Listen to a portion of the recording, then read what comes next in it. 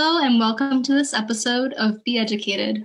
I'm Hannah Dreesane, and today I am really excited to introduce to you Vanessa Montgomery, who is an amazing person who has positively affected many people's lives, including mine. Vanessa has a lot of teaching experience from working in university settings, high school, and with younger groups of children. She's taught a wide range of topics, including ornithology, biology, anatomy, and we'll talk about environmental education with us today.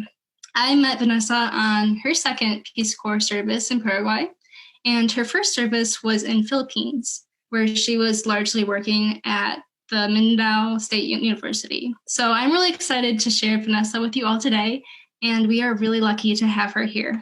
How are you doing, Vanessa? I'm great. Thank you. I feel like, so embarrassed, You shouldn't be. Honestly, I'm really happy that you decided to join us on this podcast because you have so many interesting stories and just incredible teaching experiences that I think are really valuable to share. Aw.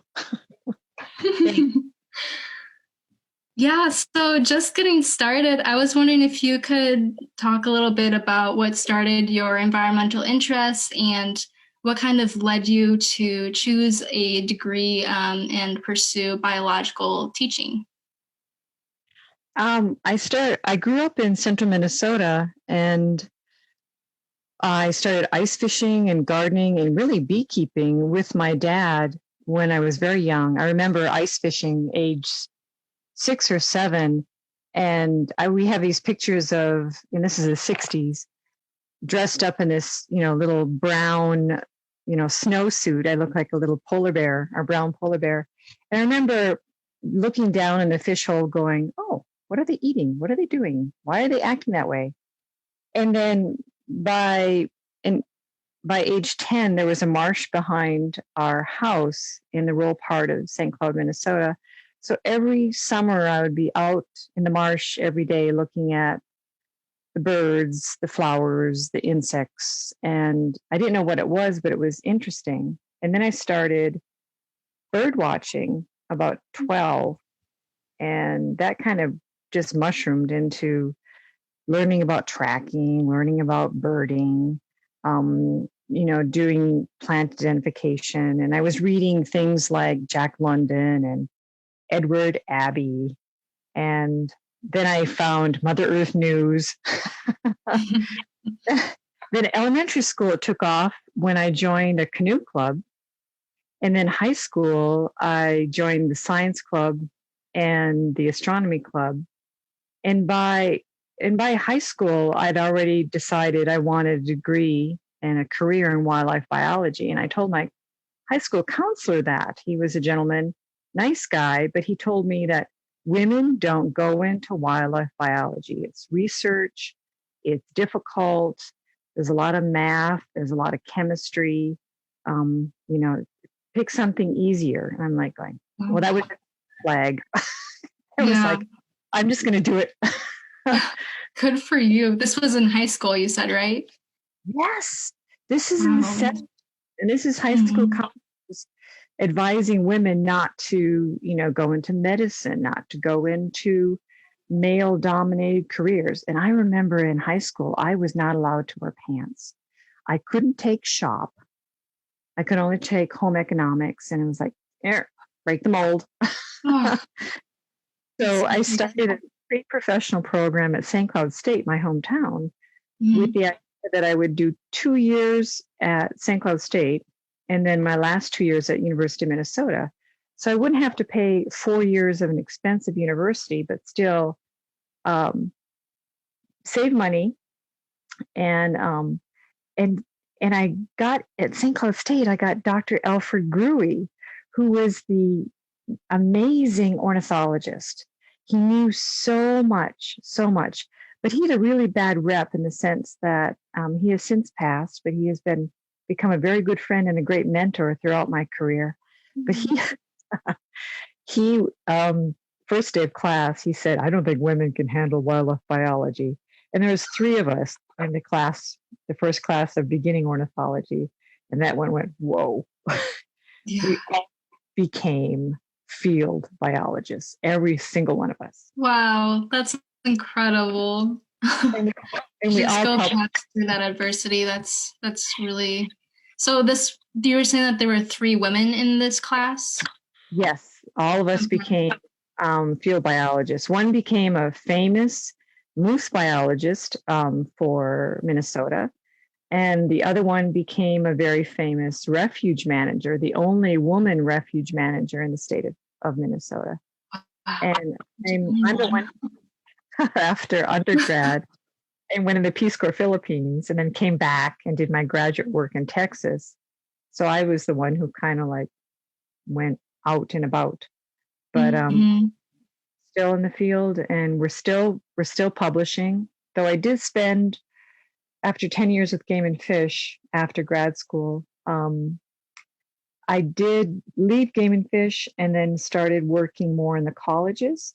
And it was really for two reasons. One, I thought I could inspire young environmental biologists, young biologists more with my international experience and also working with the state agency and working with some federal agencies. And also, to be honest, self interest. I was raising a family and I learned the hard way that field work was not working well with little kids. I remember my daughter was 2 weeks old. And I gave her to my husband and said, here, I did field work 4 months. Wow. And Yeah, that they must have been both, really hard. I think that's like a common problem that a lot of us in the ecological field and in the sciences in general, if you want to start a family, like it's a really hard balance to find. it is, but it's so much easier now. It's so much easier. The agencies, the federal, the state, the nonprofit, they're family friendly now. Mm.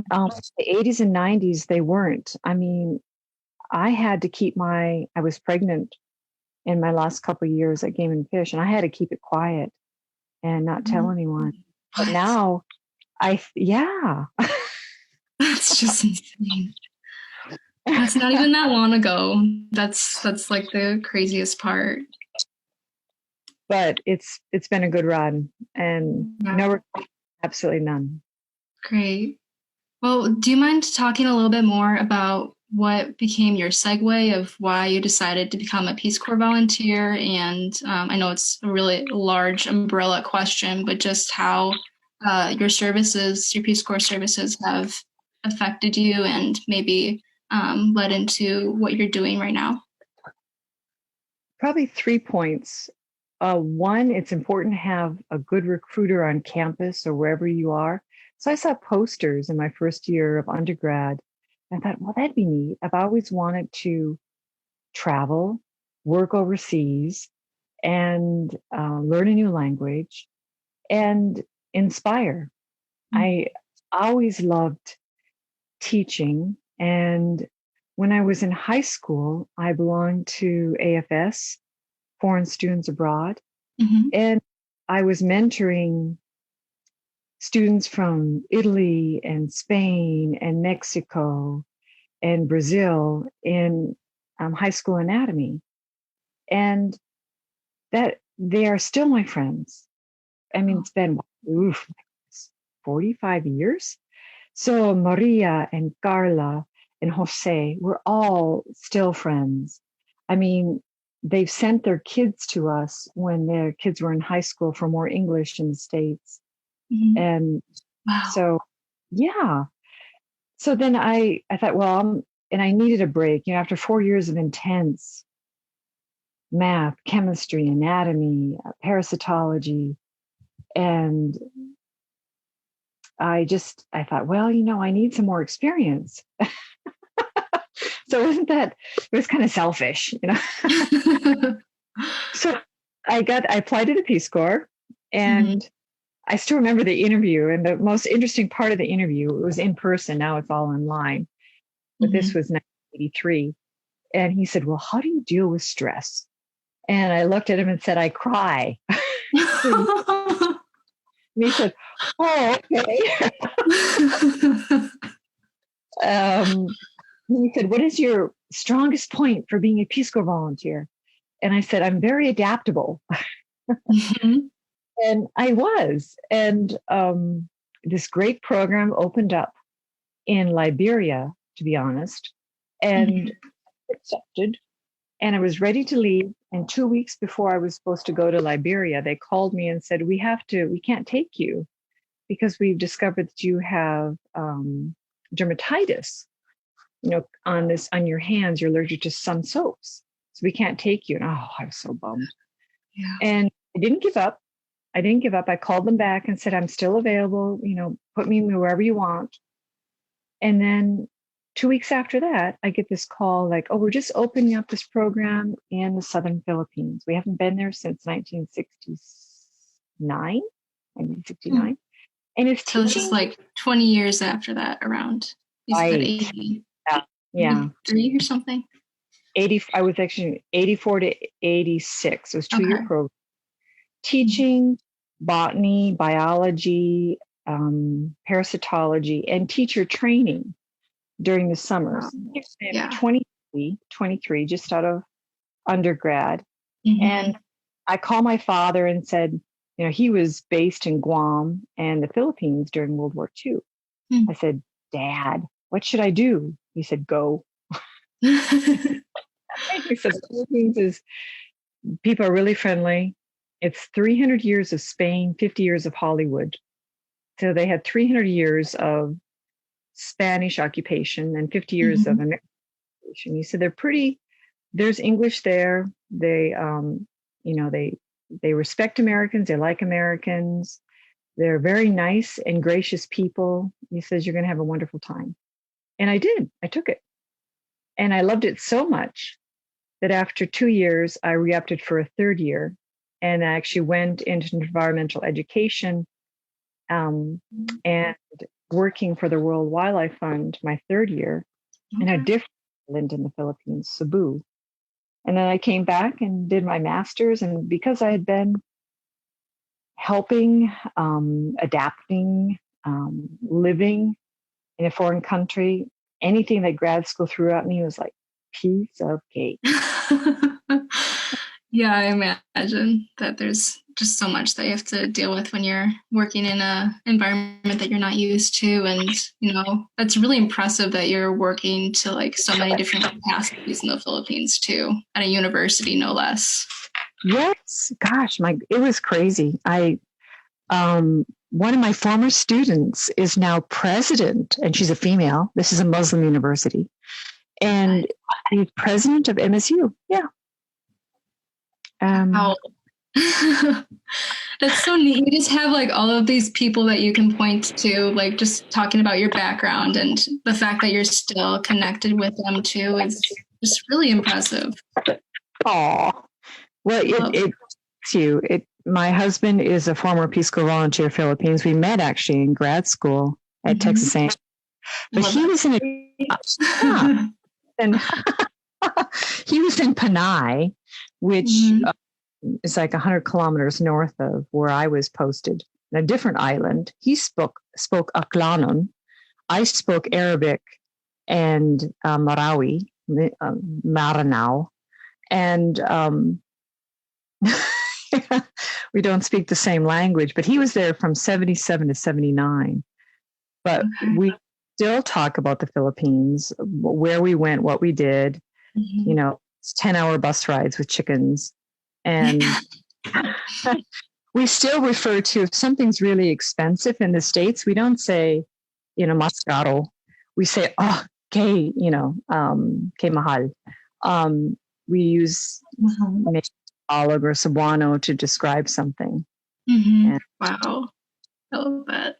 So, speaking of languages, I was wondering if you could talk a little bit more about just how you have worked to engage students when teaching in foreign languages and maybe on the students staff too, like you were talking about how you've been doing stuff with AFS in the past, just working with students where English isn't their first language. the number one thing about teaching is make it relative to the age group you're working with. make it fun for the student and engaging so that the teaching seems just natural. So for instance, if you're starting teaching anatomy, maybe in high school, I would identify the muscle parts of a fetal pig by relating it to their muscles of their body, but with Spanish. And then maybe one thing I would do is I learned early on that if you make a song or a dance or a poem, something that you can recite or is kind of catchy, you're more likely to remember. So I carried this on to college and actually high school teaching in my career is I made my students rap. So we did, I remember the first time I introduced this in high school, I thought, well, I've got to really throw them out of the water. So I put on a leather jacket and I put on a hat and glasses and all this crazy jewelry. I came out and I started rapping about blood cells. They just laughed so hard they fell their chairs. But I got a reputation as like, yeah, you're going to rap every semester with Ms. Montgomery, Mrs. M. So we rapped muscles and we rapped blood cells, and they remembered it. They remembered it. Yeah, that's so fun.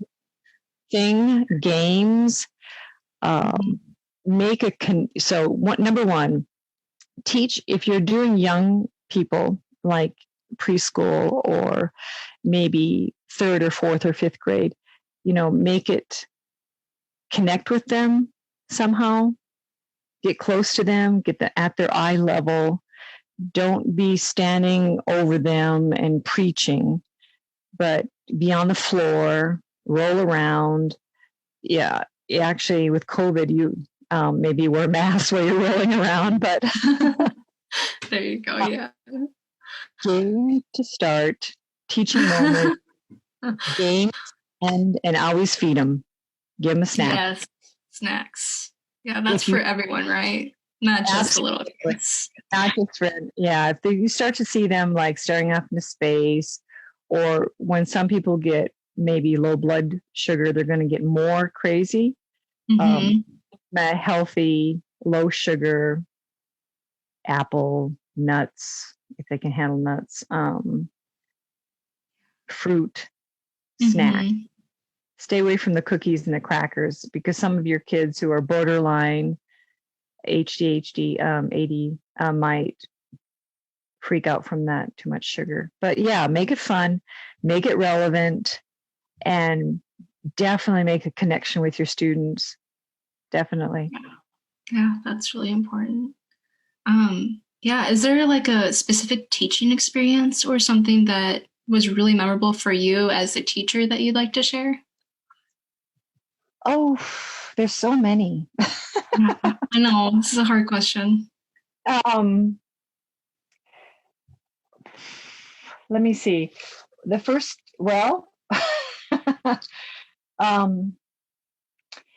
time I did in anatomy in high school, we're not allowed to dissect with human cadavers like I was in college.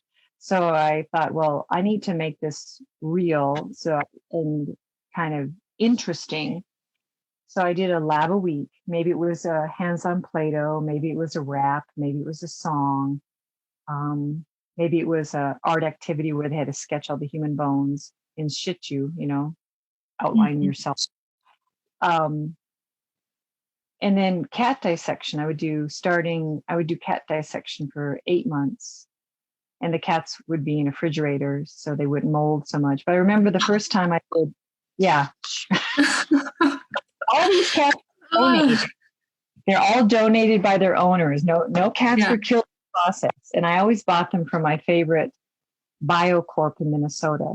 And they were so sweet because I'd mail the dissected cats back to them and they would incinerate them. So it was very... It's a nice little relationship there. So male cat service, yeah. After the first time I opened up the cat, and I was showing them the digestive organs, and we took the digestive organs completely apart. completely apart, all the little parts of the stomach and the small intestine, everything. And I was wearing gloves at the time, and I was wearing my wedding ring, and I was getting really into it. And I would always make sure that the teams were teams of 4. And I would always pop around to all the students. By the way, I never ever sat down in any of my classes in college, high school. I never sat. I taught. I was so prepared that I could go into my lessons by not looking at my notes. I could just talk and move around. And the more you do that is the better. Remember, red light, yellow light, green light. So the closer you are to the students, red light, the more they're going to be engaged, unless you're going to see maybe sneaky activities like writing on the desks, chatting to a friend next door, right next to you. Mm-hmm. Yellow light, you're a little farther away. Green light, anything goes. You're sitting at your desk lecturing. You're in the front of the room lecturing, and the people in the back row of the classroom are like going, "Yep, sure, whatever. I'll sleep right now."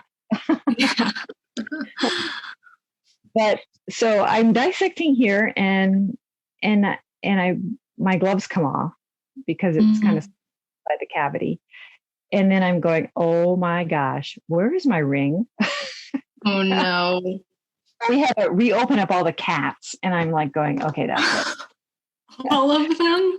Like it could have been in any of these cats at this point. Yeah, it was in the third one. And it was underneath the left lateral lobe of the liver. But anyway. I love that you remember where it was. That's so funny. So I no more wedding rings, and that's it. So that was pretty memorable. The students thought it was yeah. So what were the students around you doing while you're like freaking out a little bit? They were helping me. Oh, okay. So you're all just looking for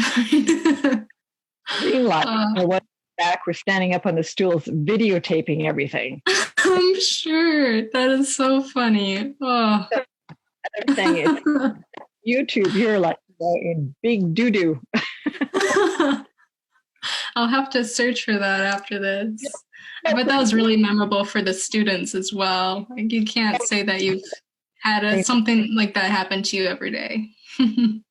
Yes. They knew I liked animals. So when I taught environmental biology, Bio 181, Bio 182 for majors, I taught it in the college and the high school. It was called dual enrollment. They got a college credit as well as high school credit. So some of my students graduated from high school with at least, they entered college as sophomores because they had enough credits. Anyway, I always had snakes or tortoises or tarantulas in my room. And Miley was the California king snake. He was a rescue from Arizona Game and Fish Department, and I would take rescues from them. And he was a famous snake. He was in the yearbook every year. But another memorable moment was he got out. He was an escape artist, so if you lock his lid, he would get out. And I'm keeping there. I think it was on the endocrine system, my favorite system, and I hear scream in the middle row. It's like, oh no. And I said, are you okay? And she said, there's a snake under my stool. I said,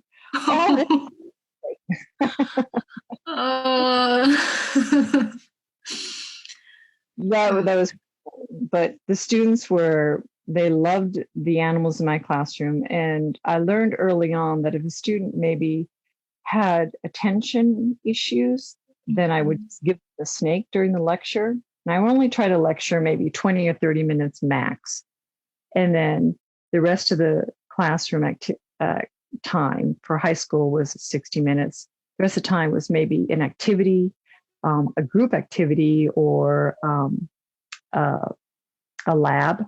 But to be honest, I designed my class so that I would have Monday and Tuesday as kind of giving them their information and then having them work through it for 20 minutes a day. And then actually Wednesday, Thursday, and Friday were all labs. I would introduce lab. And then we'd basically have this 2.5 day lab. Train them how to dissect, train them how for aseptic techniques, train them how to work in teams. And I was the funny, crazy teacher that with the teams every 2 weeks. And I would switch up my seating chart. And that's the main thing that a teacher can use at any age, be it kindergarten, preschool, 12th grade, college, is switch up your seating charts. Find out who's dating who are the best friends, make sure they're separated. They'll work better. And sometimes, to be honest, sometimes the guys work better with just guys and girls with just girls, or men, women with women as separate groups. Otherwise, you see these dynamics of I'm trying to impress you, and then that's when accidents happen. Oh. This one nice young man, he was trying to impress this girl in college he wanted to date. And he was just doing these crazy things with his scalpel, and it fell. He was wearing sandals, and that was the last time he wore his dissection. It missed his great, not by much. Yeah. Wow. So were there like specific, you have all these really interesting like teaching tactics and things that you found that work really well for you. Was there someone along the way, you mentioned a professor in college for you, but someone that kind of inspired how you've gone through all these teaching experiences? If you look back, it's the teachers, the professors that made you laugh and made you think. So Dr. Alfred Gruey in my undergrad, and Dr. Stan Lewis in my undergrad. Dr. Gruey taught ornithology. Dr. Stan Lewis taught comparative anatomy. They made it interesting. They made it fun. They had real stories to connect to learning. And Lucy Grigori, who gave me 4 days of how to be a teacher. She was head of education UNESCO, and she was our teacher trainer in the Philippines for Peace Corps. Wow. And she said, 3 things: make it relevant, make it fun, and make a connection with your student. And those 3 things I've taken through 35 years of teaching. And she said after the 4 days of teaching, there was 5 of us who went to Mindanao State University to start this teaching program and teacher training. And by the end of 2 years, only 2 of us were left. Wow. So 2 of us stayed the whole 2 years. Health issues, didn't like the culture. It was a Muslim culture, very remote, very restrictive. I mean, you couldn't drink alcohol, and there wasn't a lot to buy. And if I wanted to go downtown to Marawi City, I had to wear the full Muslim head garb and skirts. I loved it. Absolutely loved it. It's like, I still have my molongs. Oh, do you? Yes, I still have them. And you learn how to adapt, and learned the Quran. And when I was teaching, because most of my students are Muslim, but relate to your students and find a mentor teacher. For instance, when I started teaching high school, oh my gosh, I'd been teaching college for like 25 years, and then I retired. And then people said, why are you going to high school? And well, it's closer to home. I don't have to travel 2 hours to go to ASU. Wow. That's from my home. And my husband had a great job with American Express and USAA. And so and the kids were doing great at their local high school.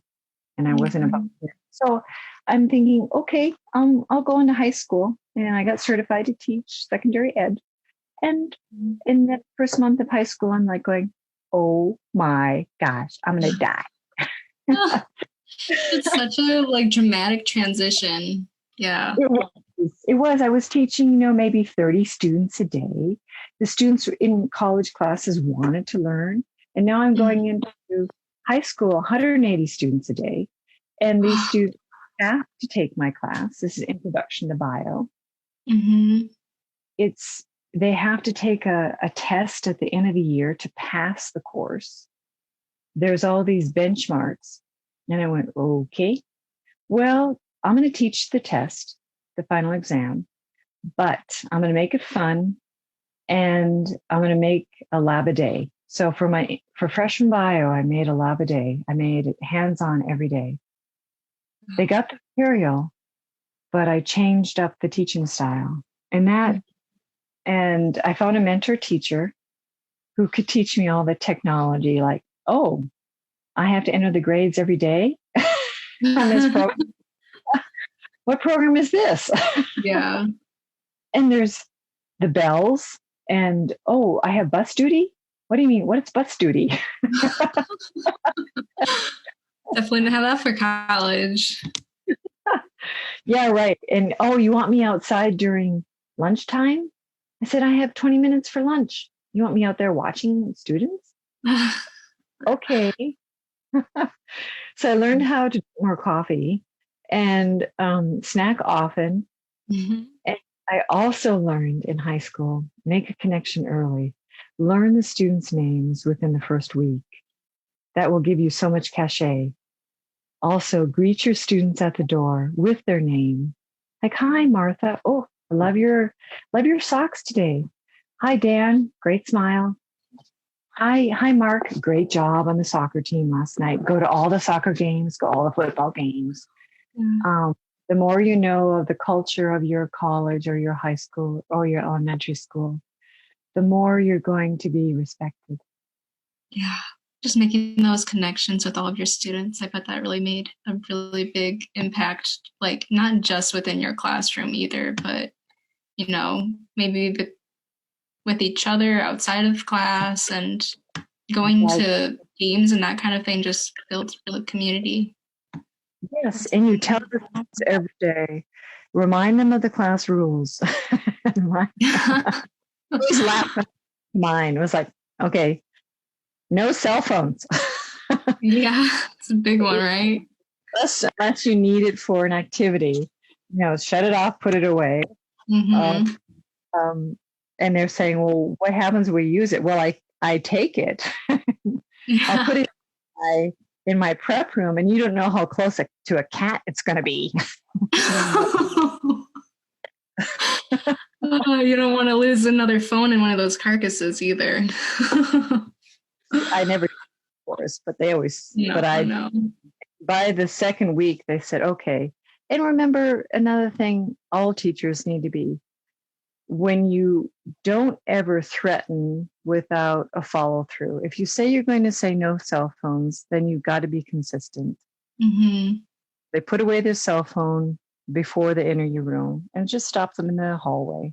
You're greeting them anyway. And if they pull out their cell phone, just take it away from them. By the first end of the second week, for sure, they will have figured out, oh, she's nice, but she's firm.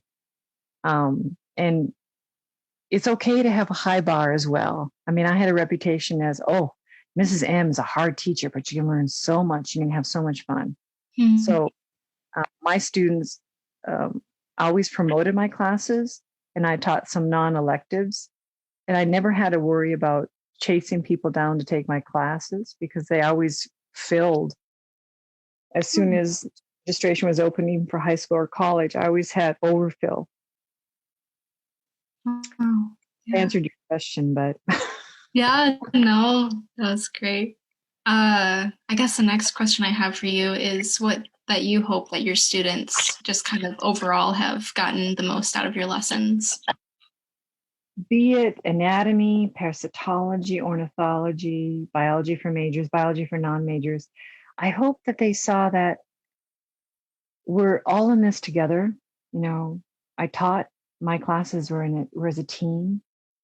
Um, and that the earth that we are living on, we're caretakers. We're just caretakers. You're not using, I mean, you're not, you don't have to take a career to make a lot of money.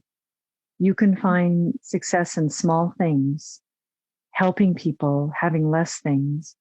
What we do, what we buy, what we throw away, issues that we don't talk about, or they affect us, they affect our families, they affect maybe our families in the future. So I try to teach a worldview, and also, hey, we're only on this earth for a short amount of time. What are you going to do? Yeah. Wow. That's a beautiful message. Yeah. I guess, yeah, on the flip side of that question, what other advice do you want to share for educators? Well, this is going to sound like bee puns.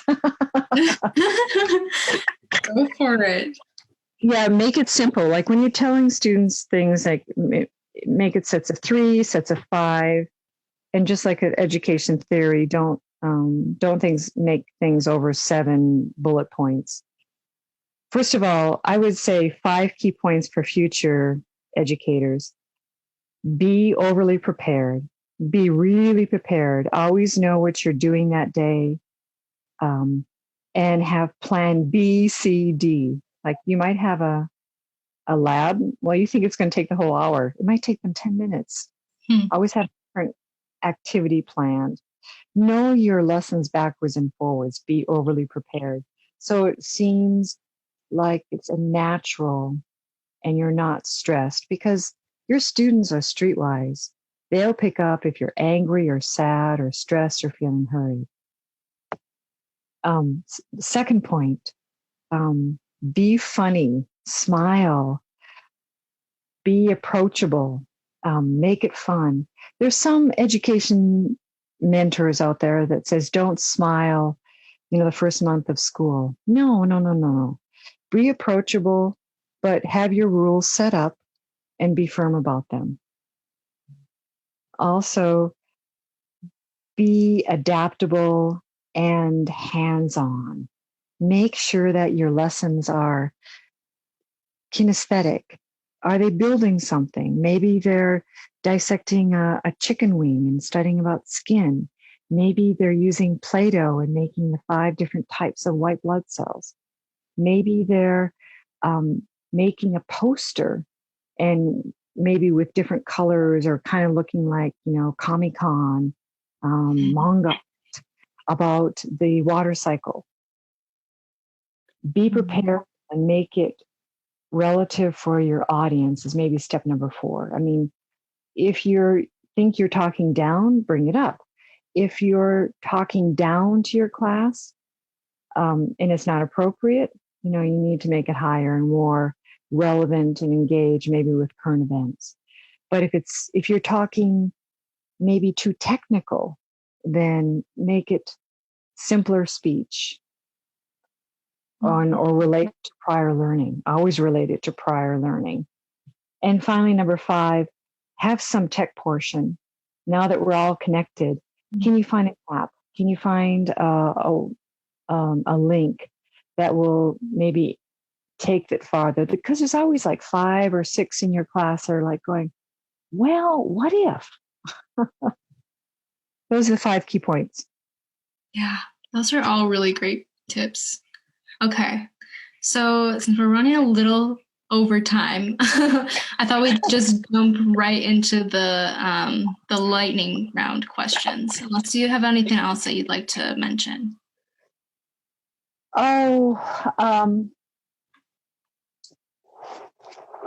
Well, I guess there's some tricky issues. One, find when you first start teaching, make sure that you find a positive mentor. And if that person isn't positive and starts to become negative or toxic, talking bad about students, talking bad about other teachers, then find a different mentor. You want someone that's honest and positive. Maybe someone will say, well, that administrator is going to help you for this issue. this administrator is going to help you for this issue. By the way, stay away from this administrator. They're just going to tattletale on you. Mm-hmm. And if you stay away from toxic, could be toxic employees, toxic co-teachers, toxic administrators, people who will be negative and maybe give you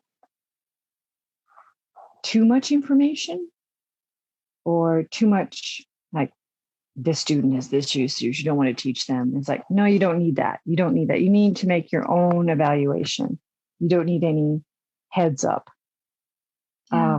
So and the third, for you, what is the main role that you find in mentors? Is that just for constructive feedback and to get a better idea of ways to teach and ask questions, or what does that look like? For me, I mentored teachers throughout my career, be it Peace Corps, the Philippines, college, high school. I always had a TA in college when I was teaching, and I always had a student from ASU who was teacher training with me. Mm-hmm. Number one, I would give them tips on how to make their lessons more easy for them. I mean, let the students do the work. The students want to do the work. And number two, I would say, these are the rules and regulations we have for our school. You know, follow them, but don't freak out about them. And number three is, what is your career plan? What do you want to do? And then I would try to help them with finding resources. Like this one gentleman I had, he's such a great teacher now. He wanted to do AP Bio. And I taught AP Bio for a while, and then I stopped teaching it because I developed this dual enrollment anatomy program at high school. So I gave him all my AP Bio notes and lessons and PowerPoints. I said, hey, this will help you get started. Does it help? Yeah, that is. I like that. I mean, just the fact that, like, being a teacher in the first place isn't supposed to be like a solo battle, right? It's best when we're working together, and having that network is so important. Oh, it's a team approach, totally team. And we took this to I at Boulder Creek High School, bodacious, great high school. And I worked with the dance teacher, and we developed a dance for mitosis. And I worked with some history teachers, and I worked with teaching biology history and relating that to their history unit. So not only are you working in your, my goodness, my biology department, and right now the department chair is Mrs. Erin Stewart, great lady, great leader. And all of us worked as a team. We helped each other. Sometimes we would go in and I would teach for another biology teacher, since I had really good gardening experience and ornithology experience. And we always share models, share lesson plans. We always work together. It's a team approach, definitely. Yeah. Don't be in a vacuum. Don't be in a vacuum.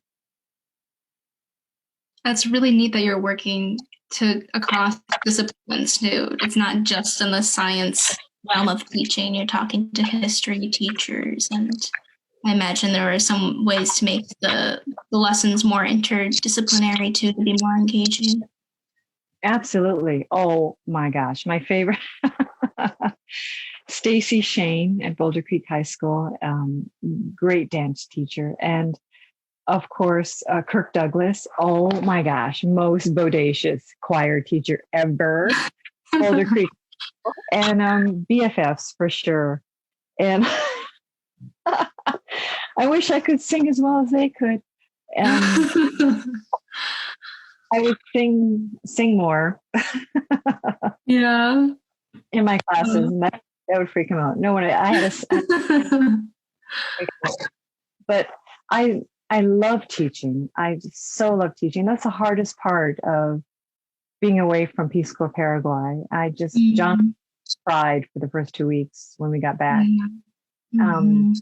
we were so into it. We started, as soon as we hit the ground December, we started the environmental clubs, and he started making his gardening Yeah. group. And I started teaching. I was mentoring some medical students actually in Oh. September.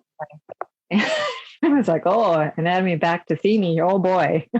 I also in Spanish. You're psychology in Spanish. I'm like going, Yeah. uh, Uh, but the hardest part of being in COVID here as campground host is that I really want to mhm. on our archaeology petroglyph trail, but you have to stay like 6 feet, 10 feet apart. And I wear a mask, but I love smiling. I love talking. So it's kind of hardest of being, COVID. Mm-hmm. But I love campground hosting, and it was a great segue from the Peace Corps. Actually, it's more rural or remote here than it was in Paraguay. That is pretty funny. I kind of didn't expect to hear that from you. No Wi-Fi, cell phones stop Mm-hmm. working, and we've had quite a few days without water and electricity, and I'm thinking, okay. Yeah. You're already used to that, right? It's a good Yep, transition. Yeah, yep. good. And what has it been like as far as trying to engage people on the trails and that type of thing during the pandemic? Um, as long as you're farther away, like 6 feet or 10 feet apart, people are very happy and friendly, and they want to know about the Ornada Mogollon peoples, the prehistoric peoples here in this area. They want to know how petroglyphs are made, and some of the amazing history of southern New Mexico. So they're really fascinated by that, and, that's fun. I mean, for the little Yeah. kids, petroglyphs in the sand. For the older people, then I'll go more into the history of the petroglyphs and the history of New Mexico. But it's been a hoot. That sounds so fun. I want to come visit when I can. Absolutely, girl. It's such a beautiful area too. I bet there's been a lot that you've gotten the chance to explore, and yeah, Yes, it's we such a fun only gig. yeah, it's being after grad school, and we made a deal. John and I had just been married like 2 weeks. We made a deal like whoever got the job or the PhD, me the PhD, him the job first, that's where we'd go. So he got a job offer from Rome, Italy, and Phoenix, Arizona. And he said, which one do you want? I'm thinking, there's more wildlife in Arizona. So I chose Phoenix, Arizona. That was a great choice. 10 years, Arizona Game and Fish, and then 25 years, Maricopa Community College District, ASU, and then last 13 years, high school.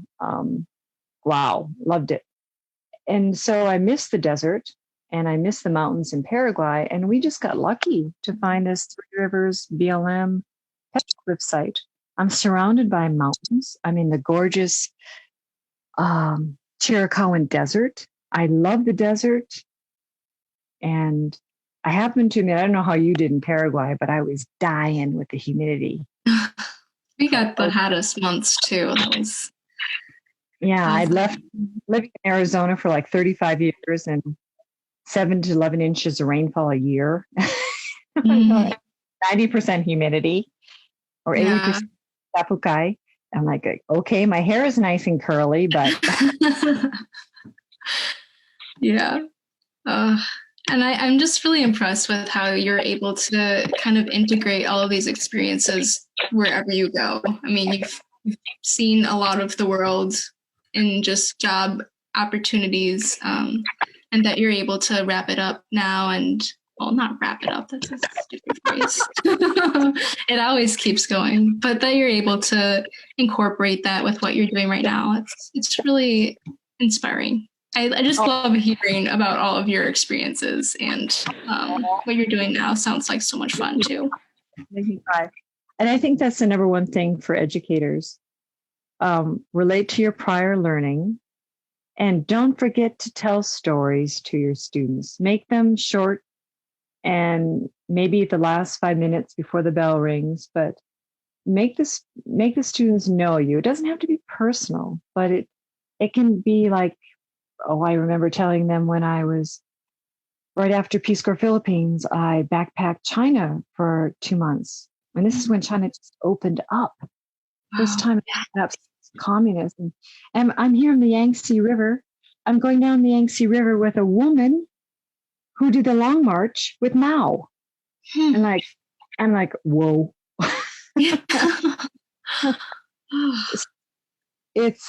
And even simple things like, oh, my favorite place to have donuts is this one little place in Oakland, California. And then you get somebody in your class, like, yeah, I'm from Oakland. He said, hey, dude. So, yeah, related to prior learning, make it fun. And one thing that my students always said about me was this: you're always so happy and you're always so positive. And I think I made that connection, I think, in Peace Corps Philippines. Find something positive about everything.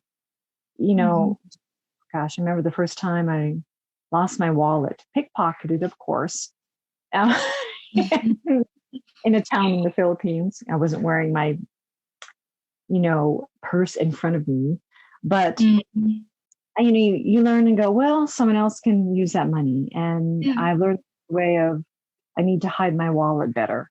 So always kind of look on the bright side.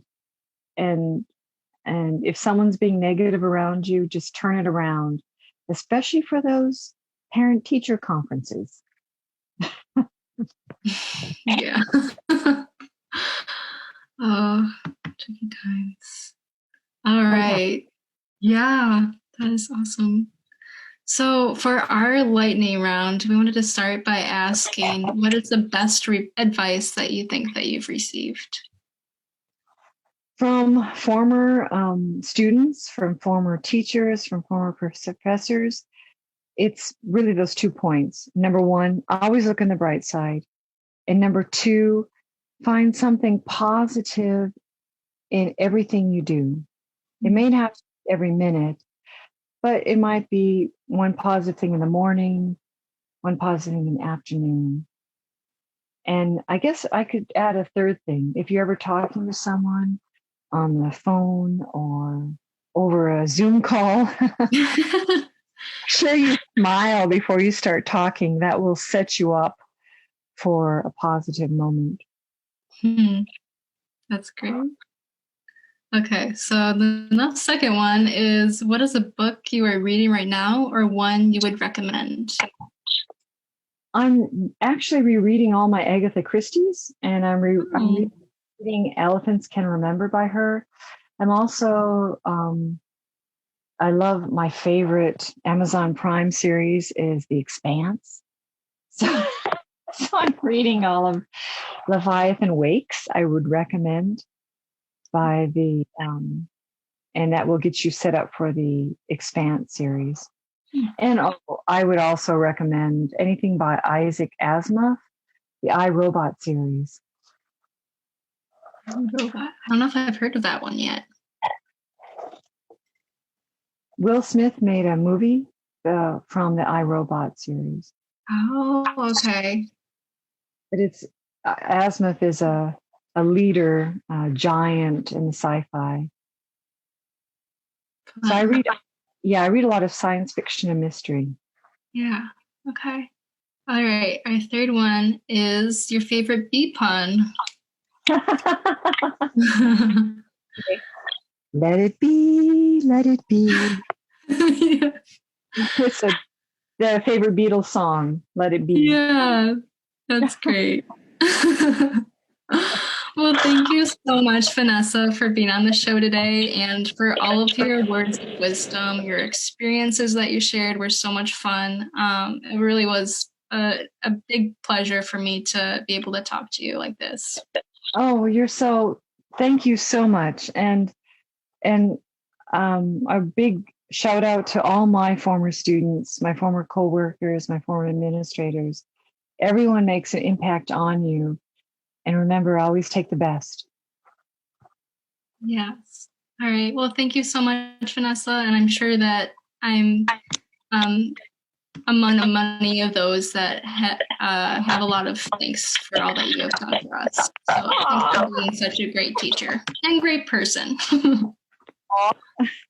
Thank you, Goro. You're most bodacious and you're going to rock it. You know you're going to rock it. You always are. All right. Okay. Well, have a most bodacious day and thanks again for having me on. Yes. Thank you, Vanessa. I'll talk to you soon. Okay. Bye-bye. Bye.